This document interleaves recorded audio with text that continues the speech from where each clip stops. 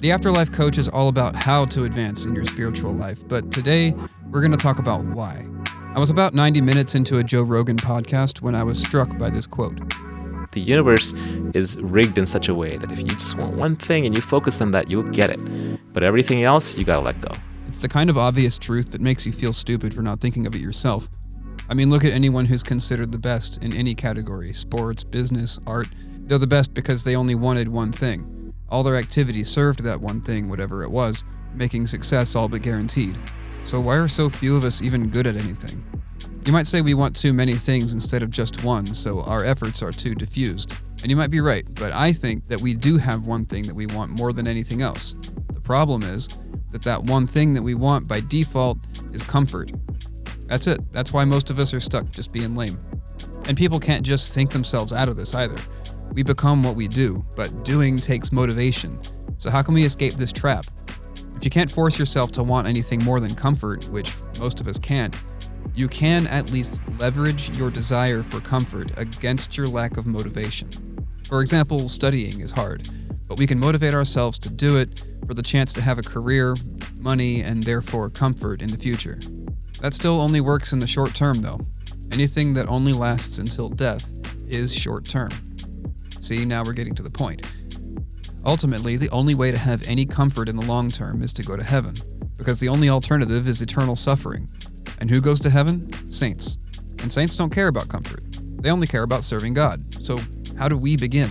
By leveraging the fear of hell into motivation to act like a saint, with the intention of really becoming one. It's difficult, yeah, but there is really nothing else to do. In the end, nothing else matters. We all know that we're going to die. Spending our precious time and effort and money on anything besides ensuring a good eternal outcome is a terrible investment.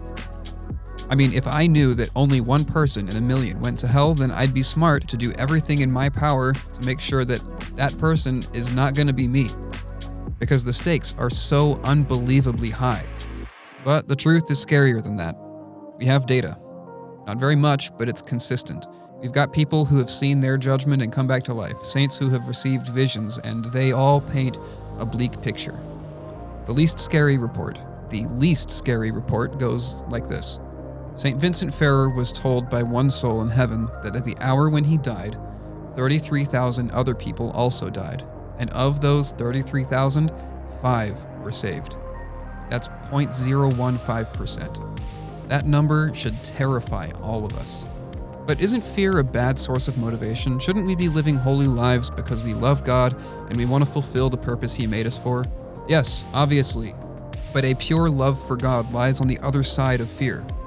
We have to face it and walk through it to get to a place where we don't need fear anymore. But I don't just want to scare you, I want to give you hope. So here's another statistic. The percent of the US population who are doctors is 0.03%. Now, why is that important? Well, how many people are trying to become doctors? If being a doctor was the most important thing to you, you would do what was necessary to get through med school and join that 0.03%, right? So then how many people are actually trying to be saved? I don't have an answer to that, but based on the numbers, I'd say that no one is going to heaven unless getting to heaven is the one thing that they care about the most. It's hard. And I have my doubts about anyone's ability to put forward the effort that it's going to take without knowing how hard it's going to be. And just in case you think that you don't need to know the odds, why do you think Christ told us? Strive to enter by the narrow gate, for many, I tell you, will seek to enter and will not be able. We've all heard that before, so why doesn't it scare us? Familiarity is my guess. That's why I'm here repackaging it in different words and drawing this scary picture. I'm trying to move you to action. Because there's no time to waste. Death is coming. And like any good investment, the best time to start working out your salvation is 20 years ago. And the second best time is today. Because on top of the uncertainty of when we will die, our ability to change diminishes with age. The older you get, the more your habits become second nature. Death is just the next step, the final choice, which we will make automatically, depending on how we conditioned our will throughout our lives. God made us out of eternal stuff, and He gave us the choice of what to do with it.